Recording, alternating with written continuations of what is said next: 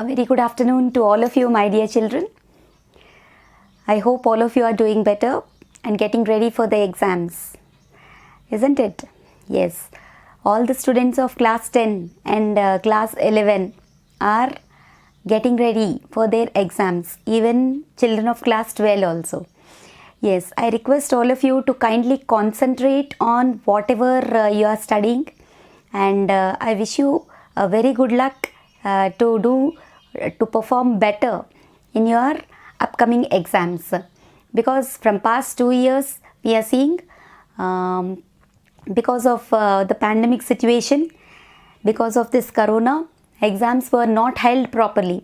Okay, but this year the government is conducting exams even for intermediate students as well as for class 10th also. Okay, so we hope for the better, and I wish all my children, all my students, those who are attempting for the exam should do well in their exams. Okay, so actually I haven't uploaded videos for many days. Okay, because I was busy in preparing my children for exams. Okay, so whatever it may be, I'll be continuing with my journey of YouTube. Okay, and I request all of you to kindly support me in my journey, and kindly subscribe to my channel. Kindly share my videos to maximum students whom you can share, and request all of them to kindly subscribe to my channel. Okay, so today we are going to learn about laws of chemical combination. It is one of the very important topics of class 11 from the topic of stoichiometry. Okay, mole concept. Okay, so in this video we'll be learning only about two laws, that is laws of chemical combination. We have actually 4 laws are there. Okay, but in this video we are going to learn only about 2 laws, that is first and second law. Okay, first let us have an idea what are the different laws. We are going to learn about what? Laws of chemical combination. Let us go into the topic. So today's topic for us is laws of chemical combination. Okay,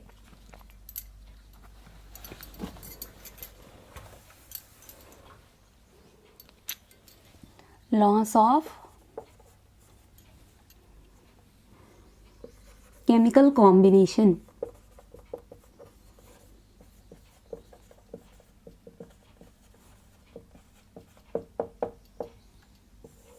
Okay, we have actually 4 laws are there, mainly 4 laws are there.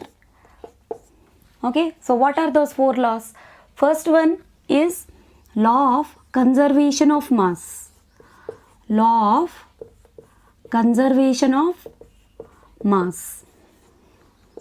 Okay, and the second one is law of definite proportions or constant proportions. Okay, definite or constant or fixed proportions, anything you can say. Law of definite proportions or constant proportions or fixed proportions. Okay, and the third one is what? Law of multiple proportions. Law of multiple proportions. And the fourth one is law of reciprocal proportions. Law of reciprocal proportions. Law of reciprocal proportions. And even we have fifth law, that is Gay-Lussac's law of combining volumes. Okay, now Gay-Lussac's law of combining volumes. Okay, Gay-Lussac's law of combining volumes. And in connection with this we have even to learn about Avogadro's law also. Okay, Avogadro's law. Okay, we have to learn about all these laws, and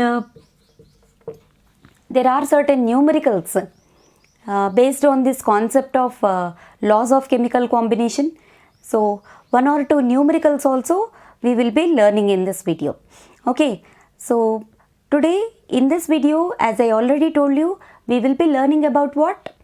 Only first two laws of chemical combination, that is law of conservation of mass, and the second one is what? Law of definite proportions. In this video, we'll learn about only these two laws. Okay. So first one is law of conservation of mass. So what is law of conservation of mass? So first let us learn about law of conservation of mass. This law is also called as law of indestructibility of matter. Okay, and this law you are learning even from your lower classes also. What does the law states? Yes, the physical and chemical combination I am very sorry to say that matter can neither be created nor be destroyed. The mass of the substances before the reaction is equal to the mass of the substance after the reaction. Okay, that means as the reaction proceeds, the mass of the reacting substances remains unchanged. This is called as what? Law of conservation of mass. That means what? Mass is conserved. That means there is no change in the quantity of matter present in the reacting substances. This is called as what? Law of conservation of mass. You can also call it as what? Law of indestructibility of matter. Indestructibility of matter. Okay. Right. So what does this law states? As I already told you, I request all the students to write and practice. Okay, without writing, you cannot remember certain laws, and the terminology which is to be used also, you have to remember it like that only. So request all the students to make a notes, okay, of what all your teacher is saying. Okay, so law of conservation of mass. What is the statement? Matter can neither be created nor be destroyed. Okay, matter can neither be created nor be destroyed. This is one of the statements of law of conservation of mass. Or you can even write this as what?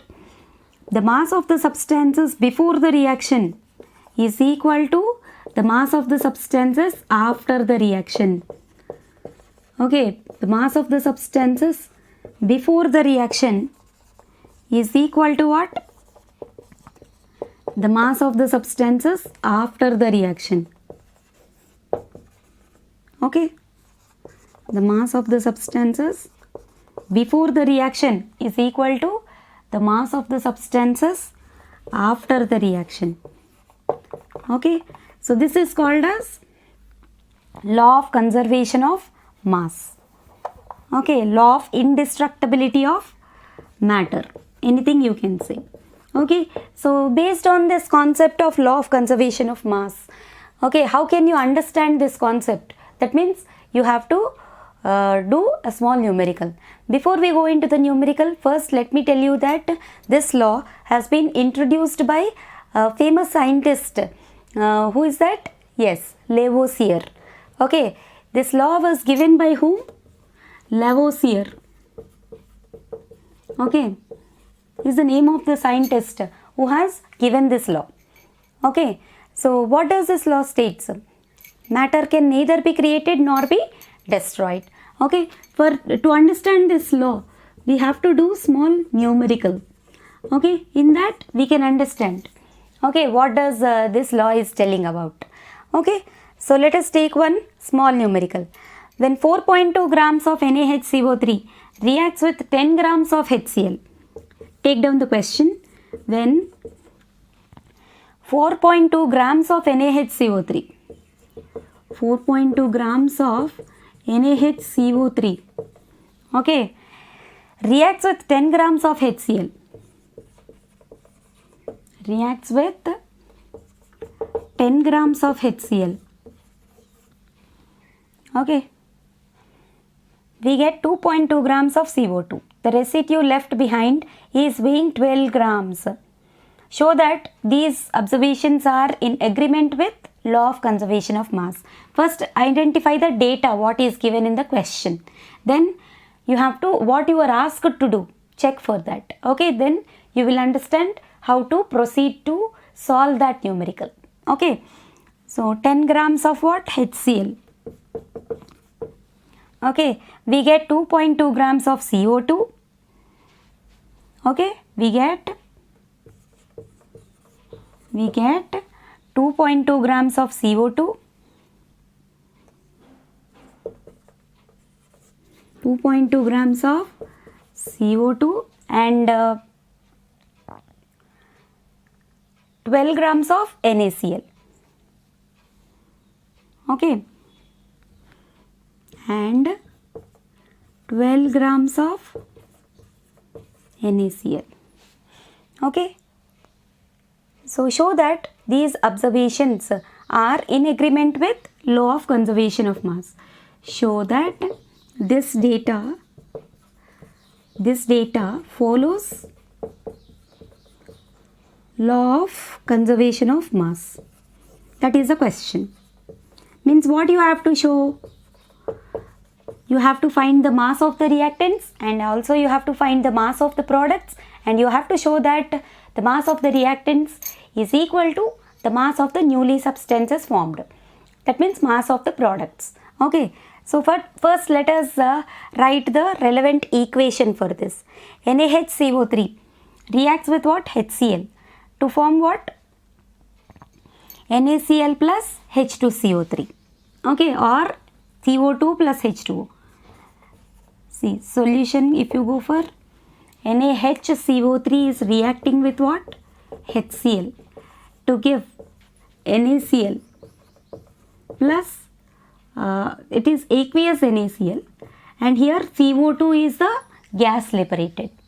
Okay, CO2 is the gas liberated. Okay, and it was given also about what we call the weight of the substances that are reacting is also given. NaHCO3 is given as how much weight? 4.2 grams. HCl is given 10 grams. Okay, so 4.2 plus 10 grams. It will be how much? 4.2 plus 10 grams means 14.2 grams. Okay, if you go for the products, NaCl weight is given as 12 grams and CO2 weight is given as 2.2 grams. If you add this, then also you are getting what? 14.2 only.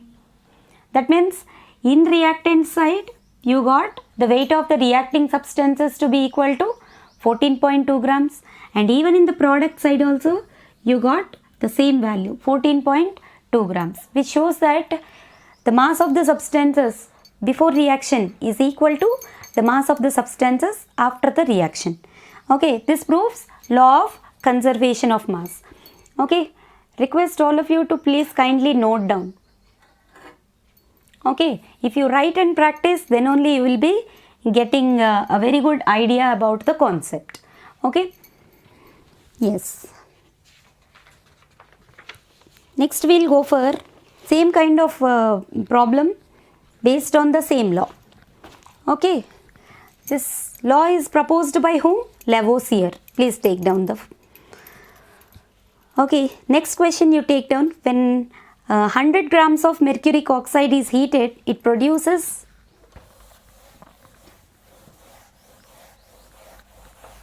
when 100 grams of mercuric oxide, if it is heated, it produces 92.6 grams of mercury. Second numerical. Okay, when 100 grams of HGO, if it is heated, mercuric oxide, HGO means what? Mercuric oxide is heated. Okay, when 100 grams of mercuric oxide is heated, it produces 92.6 grams of mercury, and x grams of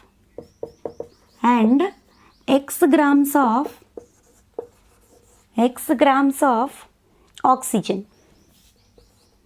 X grams of oxygen. Then find the mass of oxygen liberated. That means you have to find x here. Find the mass of oxygen liberated. Find the mass of oxygen liberated. This is the question. Okay. So how you are going to solve this? Same. Okay. 2HGO gives rise to 2Hg plus O2 is a relevant equation. 2HGO gives rise to 2Hg plus O2. Here the mass of mercuric oxide is given how much? 100 grams. But here 2 moles of HGO is reacting. So 2 into 100 gives rise to mass of mercury is given how much? 96. But here 2 moles of Hg has been liberated. So 2 into 92.6 plus 1 mole of oxygen has been liberated, and that is given as X for us. Okay, if you just simplify, how much you will be getting? This side 200 grams is giving rise to how much? 2 into 92.6 is 185.2. Okay, 185.2 plus X grams. Now in order to calculate this value of X, what you will be doing? 200 minus 185.2, which is equal to how much? 14.8 grams. So the value of X is how much? 14.8 grams. Okay, so numericals will be in this model. Okay, based on what? Based on law of conservation of mass. Okay, so you can take down any type of numericals based on this law. Any type of numericals will be of this model only. Okay, you can even take this numerical as a homework. Third one, x grams of KClO3 produces. I think you cannot able to see if I write so top. X grams of, third question you can take down x, this to be done as homework for you. Okay, x grams of KClO3 produces, x grams of potassium chlorate produces, x grams of potassium chlorate produces 1.9 grams of O2. Okay, now 1.9 grams of O2 and 2.9 grams of KCl. 2.9 grams of KCl. Okay, then find the value of X. This is your homework question. Find the value of X. Okay, so here you need to write a balanced chemical equation for that, and accordingly you have to check and you have to find the value of X. You have to equate the mass of the substances before the reaction, means reactant's mass has to be equated to what? Product's mass. Then you will be getting the value of X. So you can use law of conservation of mass in this way. Okay, now let us move on to the second one, that is law of definite proportions. Okay, what is law of definite proportions or law of constant proportions? Second law. Okay, second law, law of definite proportions or constant proportions. This law is formulated by whom? Yes, Joseph Proust. Okay, Joseph Proust has given this law. So what does this law states? The best statement for this law is what? Elements always combine in a fixed proportion by their weight. This is the exact statement for law of definite proportions. Okay, what is that? Elements always combine. Elements always combine in a fixed proportion by their weight. Okay, now elements always combine in a fixed proportion by their weight. In a fixed proportion by their weight. This is called as what? Law of definite proportions. What is the meaning of this statement? Yes, whenever two or more elements are combining to form a compound, okay, the ratio in which they are combining will be a fixed ratio. Okay, whatever may be the source from which the substance has been obtained, or whatever be the method of preparation of that compound. Okay, after the formation of that compound, if you find the ratio of the combining elements, that combining ratio is a fixed ratio in whatever method the compound has been prepared, irrespective of that. Okay, like for example, if you take water, okay, water can be taken taken from any source. Okay, whatever may the source of water it may be, whether it may be a tap water or well water or rain water. Okay, in all the cases you will find the composition of water to be as H2O only. Okay, please understand the concept carefully. H2O. Even if you take this to be the rain water, or even if you take this to be a well water, okay, the source may be a well water, or the source may be a river water, okay, or the source may be pond water, okay, pond water, or the source may be a tap water, okay, or the source may even be the one which has been produced from laboratory. Okay, in whatever method or whatever be the source from which you are getting this compound, water, okay, in that water, in all types of water, you will find the ratio of hydrogen and oxygen in which they are combining is considered to be a fixed ratio.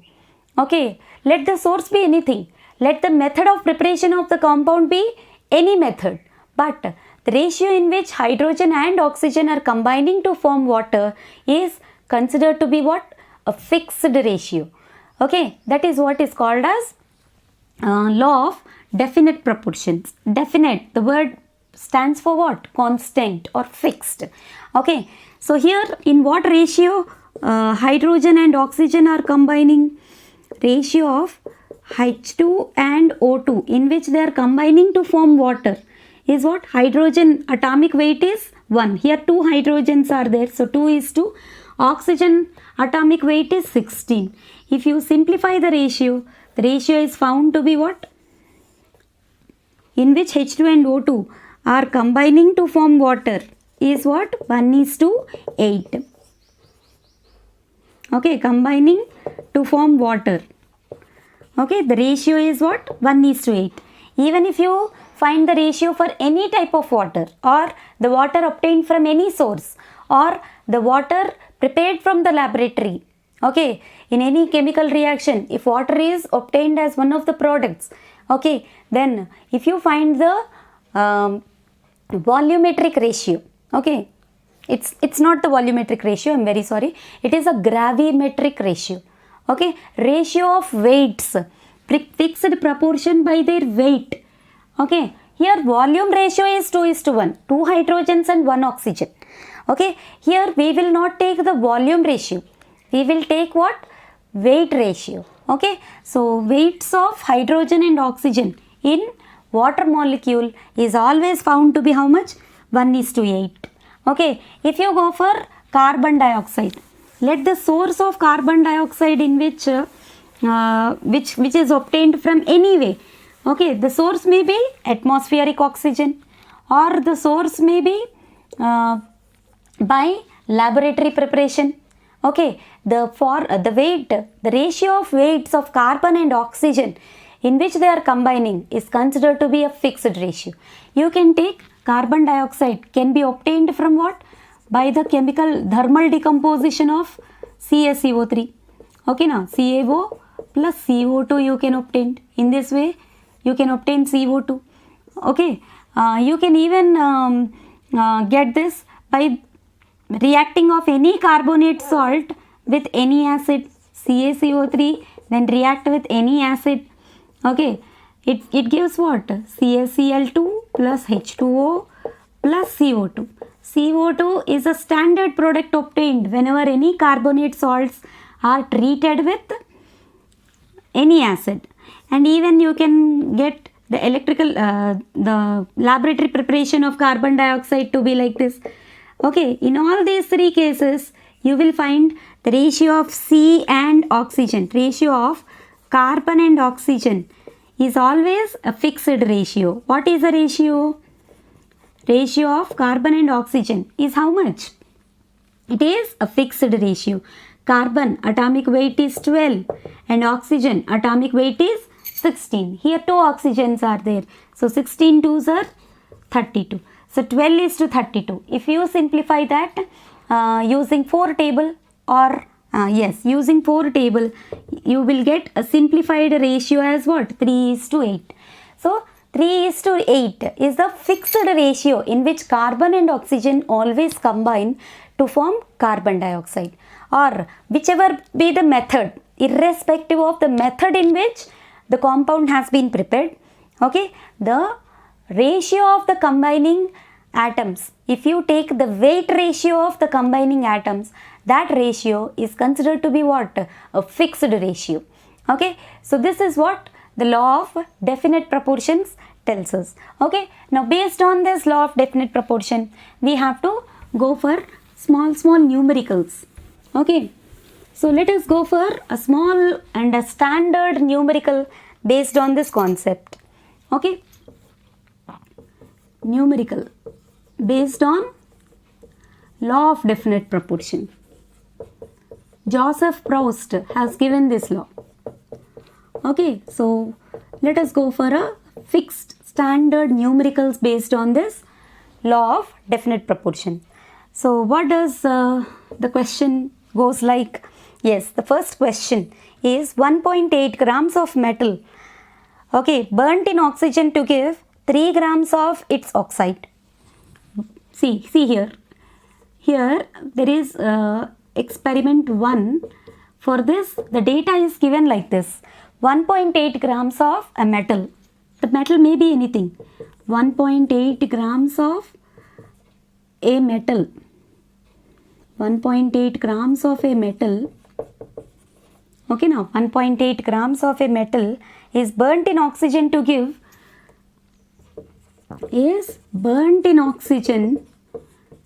how much? To give 3 grams of its oxide. 3 grams of its oxide. This was observed in experiment 1. Okay, same like that. In experiment 2, another data is given. Please understand the concept carefully. 1.5 grams of same metal heated in steam and give. See, in experiment 2, another data is given. 1.5 grams of same metal, it seems. 1.5 grams of same metal is burnt. Okay, now is burnt in steam. Okay, to give 2.5 grams of its oxide. To give 2.5 grams of its oxide. Okay, 2.5 grams of its oxide. Okay, now you have to show that this data is illustrating the law of definite proportions. Okay, show that the data illustrates law of definite proportions. This is your question. So what you have to do here? Okay, you have to find the ratio of oxide in both the cases. Okay, so let us do the calculation like this. Okay, you will have an idea to understand the law of definite proportion. So solution I am doing here. Okay, experiment 1 if you go for. Okay, what is given to you? What is the data given to you? Mass of the metal is given how much? 1.8 grams. Okay, mass of its oxide is given how much? mass of its oxide is given how much? 3 grams. Okay, so from these two we can calculate mass of oxygen required. Mass of oxygen required. How much you will be getting? 3 minus 1.8. How much you will be getting? 1.2 grams of oxygen is required in experiment 1. Same like that in experiment 2. Also you will find the mass of oxygen required. Okay, in experiment 2, mass of the metal. Okay, in experiment 2, mass of the metal is given how much? 1.5 grams. Mass of its oxide is given how much? Mass of its oxide is given 2.5 grams. Therefore, mass of oxygen required. How much? Mass of oxygen required is how much? 2.5 minus 1.5. 2.5 minus 1.5, which is equal to 1 gram. Okay, now what we have to calculate? Ratio of mass of the metal by mass of the oxygen. In both the cases you have to find out. Okay, in experiment 1, okay, ratio I am calculating. Ratio of mass of the metal by mass of oxygen. Okay, in experiment 1, I am calculating what? Ratio of mass of metal by mass of oxygen I am calculating for experiment 1. How much you are getting?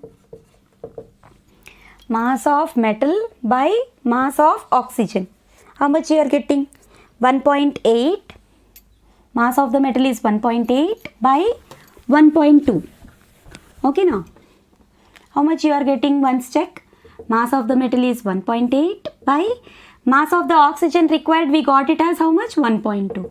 So 18 by 12. You can write it as what? 18 by 12. You can cut this in 6 table. And the ratio is found to be 3 by 2.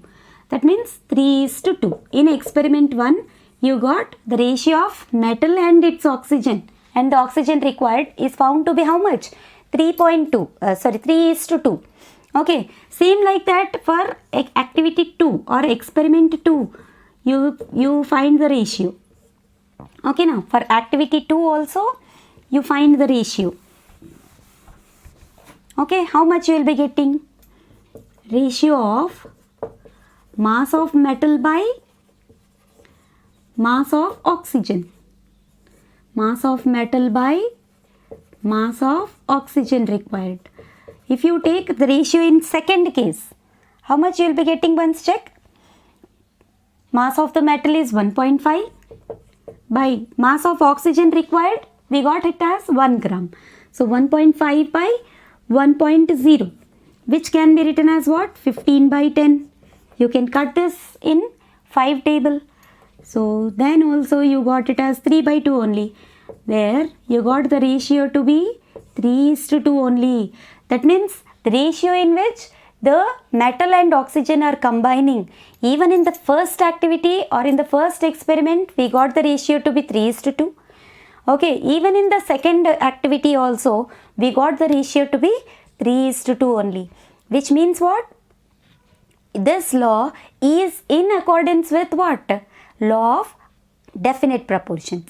Okay, so like this, you have to calculate certain data. Whatever the data given to you, you have to identify the data, whether it is satisfying the law or not.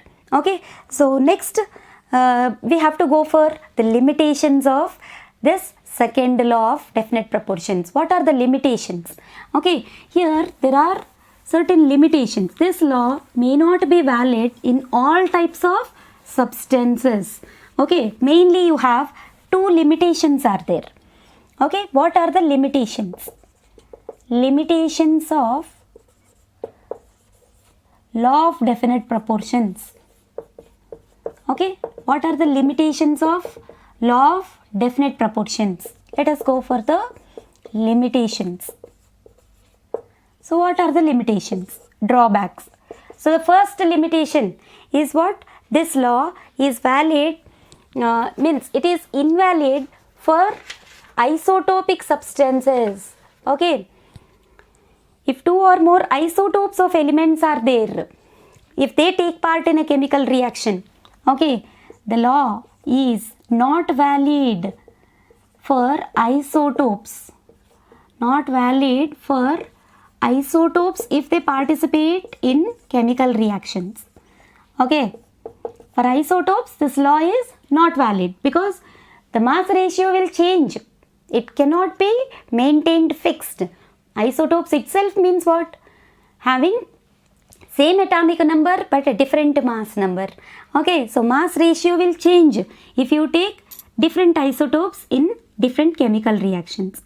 If they participate in chemical reaction, this law is not valid for what? Isotopes.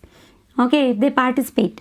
Like if you take CO2, okay, formation of CO2. Example, if you take formation of CO2, in the formation of CO2, okay, if C12 isotope is used, the ratio of if C12 isotope is used, if C12 isotope, if it is used, ratio of C and O2 is what? Ratio of carbon and oxygen is 3:8. Already we have seen this ratio. Okay, suppose instead of C12, if you are using C14 isotope, okay, then what will be the ratio of carbon and oxygen for the formation of carbon dioxide? Okay, the ratio is not same. Okay, if you take, okay, B, if C14 isotope is taken, if C14 isotope is taken, then ratio of C and oxygen, C and O in CO2. In CO2, how much you have to take? 14:32, which is not equal to 3:8. It is equal to how much? Yes, you can simplify that in which table? 2 table you have to simplify that. Okay, 2 sevens are 2 16s are. So compound formed is carbon dioxide only. Okay, na, in CO2 only. Here also in CO2 only, but here the ratio is found to be 7:16, whereas here the ratio is found to be what? 3:8. So this law is not valid for what? Isotopes. That is the first limitation of this law. Okay, law of definite proportions, first limitation. And moving on to the second limitation. Okay, if you go for the second limitation, okay, this law is not valid for isobars also. I am very sorry to say isotherms. Not even isotherms also. All children gets confused like this only. Okay, for, yes, can you guess? You will find them in organic chemistry. Yes, isomers. For isomers, what are isomers? This law is not valid. Not valid for isomers. Okay. Isomers are substances which are having same molecular formula but different structural formula.